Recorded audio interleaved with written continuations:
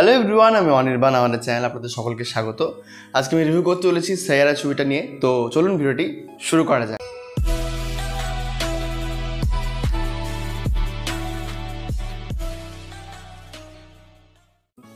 তো আজকে আমি সাইয়ারা ছবিটা দেখে এলাম এবং ছবিটা নিয়ে প্রথম থেকে ভীষণ হাইপ রয়েছে। তার কারণ আহান পান্ডের ডেবিউ হচ্ছে। দেখুন, সে কিন্তু বড় কোনো স্টারের ছেলে নয়, মানে হ্যাঁ চাঙ্কি পান্ডের ভাইয়ের ছেলে, বাট তাকে নিয়েও ভীষণ ভীষণ হাইপ রয়েছে। আর তার থেকেও বড় কথা, মহিত সুরের যে গান, মানে তার ছবিতে গান কখনো ফেল হয় না। এবার এখানে যে গানগুলো সেগুলো তো হিট হয়ে গেছে। তার জন্য যেরকম হাইপ রয়েছে সিনেমাটা নিয়ে, আমি কালকেও দেখেছি এবং ভালো বক্স অফিস আর কি করেছে আমি শুনলাম। তো যাই হোক, আমি যদি এই সিনেমাটা নিয়ে কথা বলি, তো দেখুন এক লাইনে যদি রিভিউ করি তো বলবো যে এই সিনেমাটা আমার বেশ ভালোই লেগেছে। এবার ভালো দিক খারাপ দিক নিয়ে যদি বলি, তো আমার কাছে এই সিনেমাটা নিয়ে অনেকগুলো ভালো দিক রয়েছে এবং একটা মাত্র খারাপ দিক রয়েছে। প্রথম যে ভালো বিষয়টা আমার মনে হয়েছে যে দেখুন, এই ধরনের যে রোমান্টিক কমেডি বলে ফেললাম, রোমান্টিক জনারের যে সিনেমাগুলো হয় সেগুলোতে আর কি যে মেন যে লিড ক্যারেক্টার, তাদের কিন্তু কেমিস্ট্রিটা খুব জরুরি। এবার এখানে এই যে এরা দুজন রয়েছেন, আহান পান্ডে আর অনিত পাড্ডা, দুজনের যেরকম কেমিস্ট্রি, আপনার একবারও মনে হবে না যে এটা তাদের ডেবিউ ছবি। যদিও অনিত পাড্ডা সম্ভবত কিছু ছবিতে কাজ করার অভিজ্ঞতা রয়েছে, বাট আহান পান্ডে যেরকম কাজ করেছেন দারুণ। এবং এখানে আহান পান্ডেকে নিয়ে কথা হবে যে হ্যাঁ তার মধ্যে স্টার হওয়ার পোটেনশিয়াল আছে ইত্যাদি ইত্যাদি, বাট অনিত পাড্ডা তার যখন কাজ, বিশেষত সেকেন্ড হাফে, সেটা কিন্তু অসাধারণ এবং সে কিন্তু আহান পান্ডেকেও ছাপিয়ে গেছে।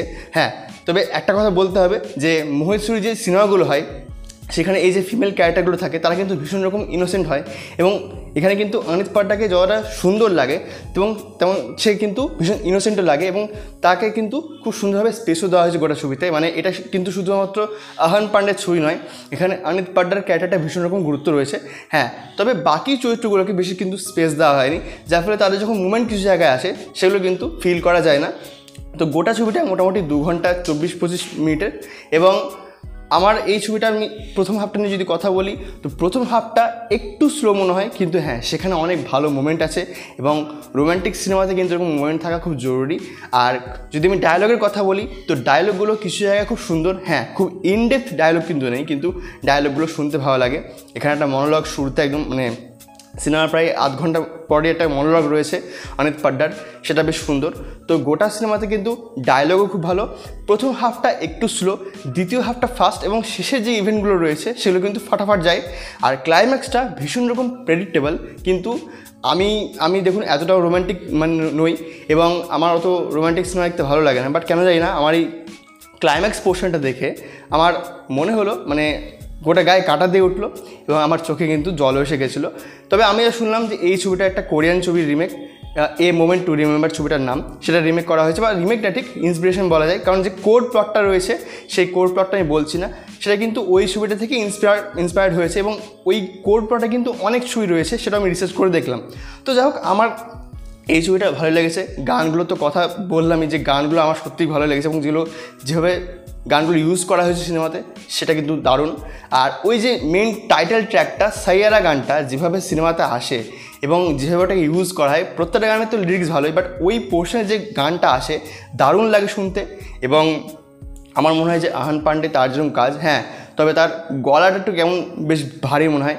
আর একটা কথা যেটা অনেকের অভিযোগ থাকবে, যে এই যে টক্সিক মেল ক্যারেক্টার দেওয়া হয়েছে, দেখুন আমার মনে হয় যে এই টক্সিক মেল ক্যারেক্টারটা, তার যেরকম ক্যারেক্টার, সে গান করে, এই যারা আর কি রক টক গান করে, আমরা তো রূপম ইসলামকে দেখেছি, তার কিন্তু ওরকম একটা অ্যাংরিনেস রয়েছে, একটা উগ্রভাব রয়েছে, সেটা ক্ষতিকর না, তবে এগুলো কিন্তু রক শিল্পী যারা হয় বা গায়ক যারা হয় তাদের মধ্যে একটু থাকে। তো এখানে আহান পান্ডে যে ক্যারেক্টার, সেটা নিয়ে আমার কোনো অভিযোগ নেই।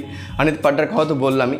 আর যেটা একটা নেগেটিভ দিক আমার মনে হয়েছে, যে এই ছবিটাতে আর একটু ইনডেপথ মানে ডায়লগ হতে পারতো, যেগুলো আর কি মন ছুঁয়ে যাবে, হৃদয় থেকে যাবে এরকম।